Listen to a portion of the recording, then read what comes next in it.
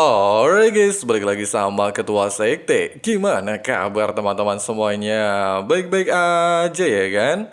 Nah, di video kali ini kita akan kembali melanjutkan pembahasan alur cerita Donggua Baal Tetruk The Heaven episode 185 ya guys ya. Tapi sebelum masuk ke dalam alur ceritanya, kita rekap tipis-tipis dulu episode sebelumnya.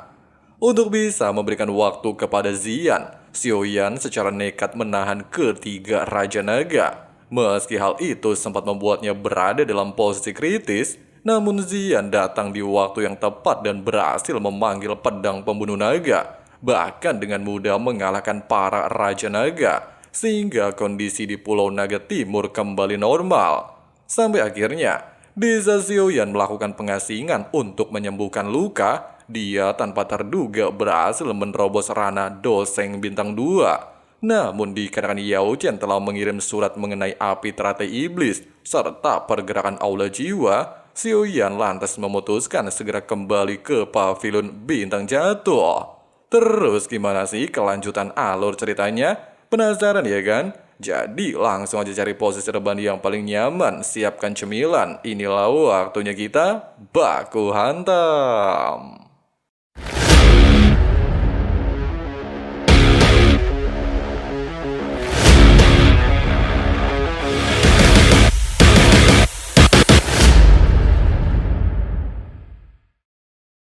Setelah mengantar Yao Ming ke gerbang Pulau Naga Timur, Xiaoyan lantas meminta ketua suku Piton menyerahkan Jiu Feng kepada utusan klan Ponik Surgawi, sedangkan dua lainnya harus tetap berada di tahanan. Tidak hanya itu, Xiaoyan juga memohon untuk memberitahunya tentang perkembangan Cailin. Pada awalnya, Zian sangat antusias mendengarkan Cailin, namun Xiaoyan segera menjelaskan bahwa Kanjeng Cailin sedang melakukan retreat. Itulah sebabnya dia tidak bisa ikut dalam traveling ke Pulau Naga Timur. Kemudian Yao Ming terlihat mengucapkan pamit undur diri. Nah, dikarenakan masalah dataran tengah semakin rumit, Xiaoyan mengatakan bahwa mereka harus kembali ke pavilion Bintang Jatuh. Meski pada awalnya Zian merasa tertarik mendengarkan pavilion Bintang Jatuh, serta berniat untuk ikut bersamanya demi membalas kebaikan rombongan. Tapi... Sambil pasang wajah melas, tetua Zuli lantas mengatakan kenapa Zian masih pengen meninggalkan mereka, di mana Pulau Naga Timur membutuhkan waktu untuk memulihkan situasi dan membutuhkan seorang pemimpin dalam kondisi genting. Tetua Zuli menambahkan, klan Naga Void kuno sudah bertahun-tahun tanpa pemimpin. Bahkan untuk mengembalikan kejayaan tidak hanya membutuhkan waktu sehari semalam. Pasalnya Zian memiliki arti yang cukup besar untuk mereka menyatukan ketiga pulau naga yang sudah terpecah belah. Sehingga mereka para tetua hanya bisa tampil untuk menjaga Pulau Naga Timur. Meski Zian sempat frustasi mendengarkan keluh kesah tersebut, hanya saja Zuli terus ceramah membujuk Zian tetap di Pulau Naga Timur. Terlebih lagi, mereka udah tua dan tidak memiliki kekuatan penuh jika harus menghadapi ketiga Raja Naga. Tetua Zuli menambahkan, dia sendiri bisa membantu Zian untuk menyelesaikan urusan kecil. Namun keberadaan Zian sangatlah penting bukan sekedar urusan internal, melainkan untuk membawa harapan seluruh rakyat di masa depan. Sambil memohon kepada Zian tetap tinggal di Pulau Naga Timur, Zuli juga mengatakan bahwa mereka benar-benar membutuhkan sosok pemimpin. Dengan raut wajah terpaksa, Zian pada akhirnya bersedia menuruti permohonan kedua tetua, sehingga Xiaoyan segera mengucapkan pamit undur diri.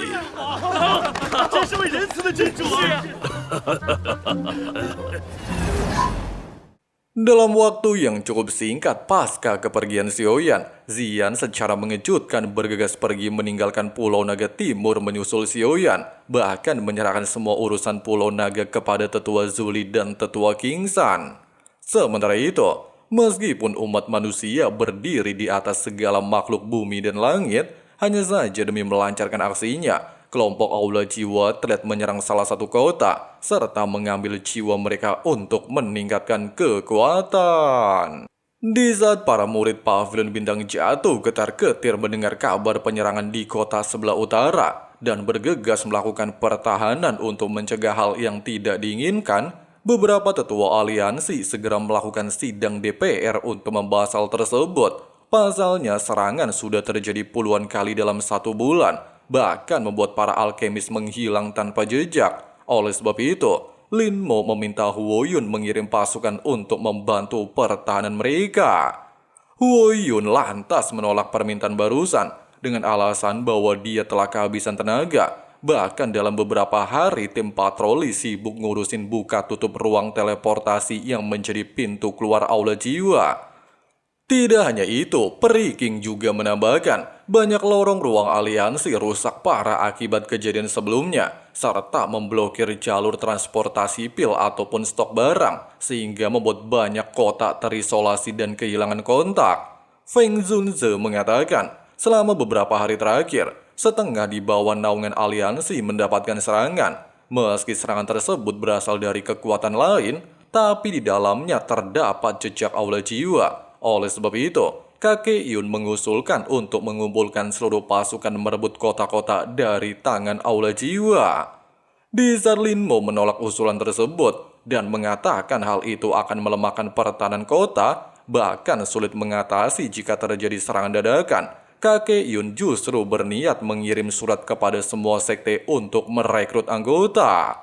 Lagi dan lagi, Peri King justru menganggap ucapan kakek Yun hanyalah omong kosong. Selain mereka tidaklah mengetahui aula jiwa mengubah strategi mengacaukan aliansi Istana Langit, mereka juga tidaklah bisa mendeteksi pergerakan aula jiwa. Oleh sebab itu, para tetua segera meminta solusi kepada Yao Chen. Yao Chen mengatakan, dikarenakan aliansi Istana Langit berada di wilayah terang, sedangkan aula jiwa di wilayah gelap, mereka sangat kesulitan memprediksi gerakan mereka. Sehingga jalan satu-satunya adalah secara barbar menyerang cabang aula jiwa. Dengan begitu akan mengganggu rencana aula jiwa, kemudian bergerak menghentikan serangan, sehingga membuat aula jiwa tidak bisa menebak pergerakan aliansi Istana Langit. Di saat para tetua menyetujui saran Yao Chen, rombongan Xiaoyan tiba-tiba muncul di ruangan rapat. Selain membenarkan usulan gurunya, mereka juga haruslah membalaskan tindakan aula jiwa yang sudah kelewat batas.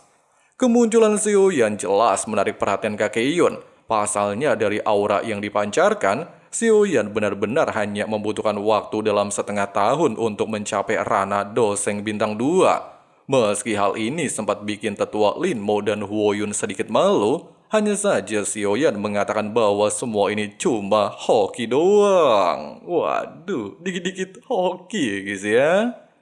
Tepat ketika Yao Chen merasa cukup dengan perkembangan Xiaoyan serta berniat membicarakan masalah selanjutnya, Zian bilang dirinya sangat terpukau melihat Pavilion Bintang Jatuh, sehingga Zian meminta Xiaoyan menyiapkan makanan lezat untuknya, dan ternyata...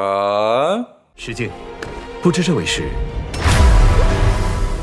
Melihat Zian ternyata kultivator Doseng Bintang 4 serta memiliki bakat luar biasa Idun di usia muda, jelas mengejutkan kelima tetua. Mereka lantas menghampirinya untuk menanyakan identitas wanita di hadapan mereka. Xiaoyan menjelaskan, gadis tersebut bernama Zian. Hanya saja loli kecil sudah resmi menjadi Kaisar Naga Void kuno. Kedatangannya untuk membantu aliansi Istana Langit. Penjelasan barusan kembali mengejutkan para tetua. Pasalnya mereka sudah lama tidak mendengar klan Naga Void kuno dan baru pertama kali melihat Kaisar Naga secara langsung. Tapi 以前倒是老敷衍。 Xiaoyan mengatakan sang guru tidaklah perlu menunjukkan sikap sopan kepada Zian dan meminta Yao Chen untuk menganggap Zian seperti loli kecil yang pernah mereka kenal di masa lalu. Kemudian mengalihkan pembicaraan membahas cabang aula jiwa mana yang harus diserang. Setelah mendapatkan informasi dari tim intelijen serta melakukan penyelidikan selama ini, Yao Chen menjelaskan bahwa aula jiwa memiliki 24 cabang di aula Disa. Bahkan salah satu cabang adalah tempat Yao Chen ditahan.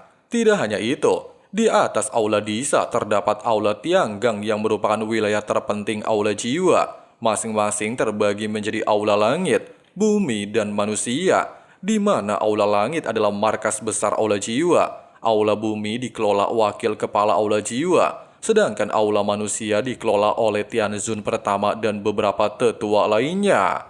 Dari ketiga cabang tersebut, Abah Yao Chen sangat menyayangkan hanya bisa menemukan aula manusia, sehingga dia memutuskan untuk menyerang aula cabang manusia. Perkataan tersebut langsung membangkitkan emosional Xiaoyan. Dia lantas menyetujui usulan gurunya dan bertekad untuk memberantas aula jiwa sampai akar-akarnya.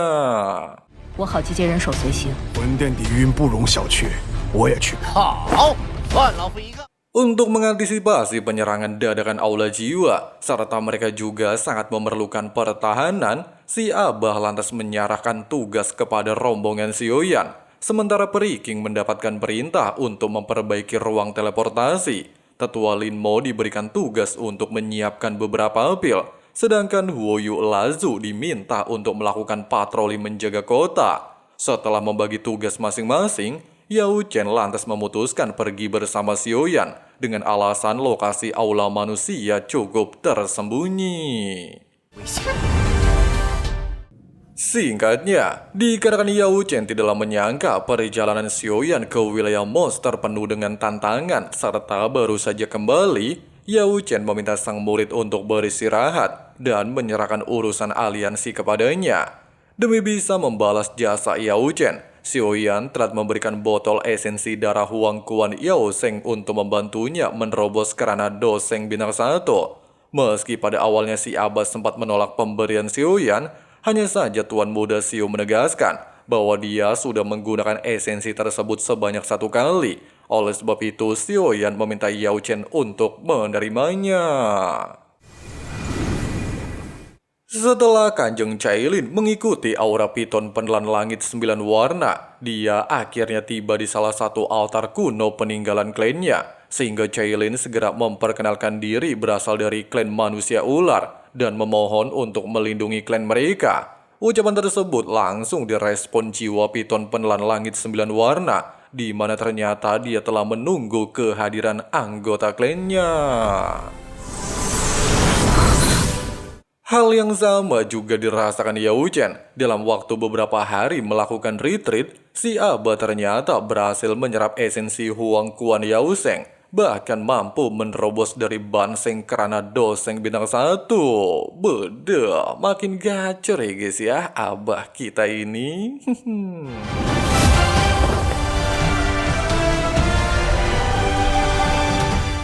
Di sisi lain, tepatnya di cabang aula jiwa manusia, ambisi pasukan aula jiwa semakin beringas, di mana mereka telah mengumpulkan ratusan ribu jiwa aliansi Istana Langit di dalam lampion, bahkan melemparkan ratusan ribu jiwa di kolam pemurnian.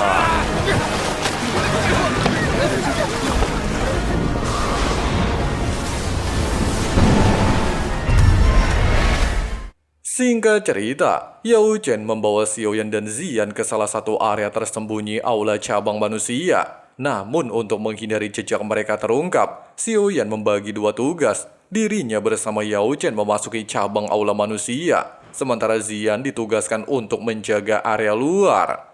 Setelah membentuk barrier pelindung, Yao Chen terlihat melepaskan aura Doki untuk membuka gerbang pintu masuk. Bahkan hanya membutuhkan waktu yang cukup singkat, area di sekitar mereka berubah seperti aula jiwa. Namun sebelum memasuki gerbang, Xiaoyan meminta sang guru tidak menyisakan 1 anggota pun.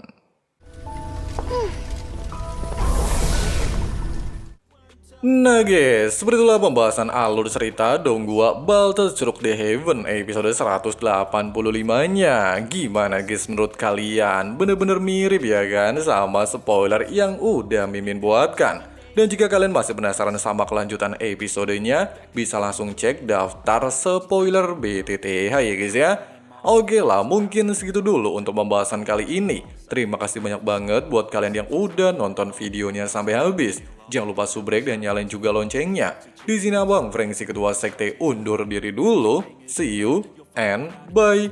Bye. Things on your mind are all considered a crime. Communication aside, we'll all just fight till we die. Is this an argument or just the start of it? Either way, I don't wanna be a part of it. Can I just get some space? I don't have the heart for this. I can't be picking up the pieces, fixing scars from this. Is this an argument or just the start of it? I wanna drive away so I can be so far from it.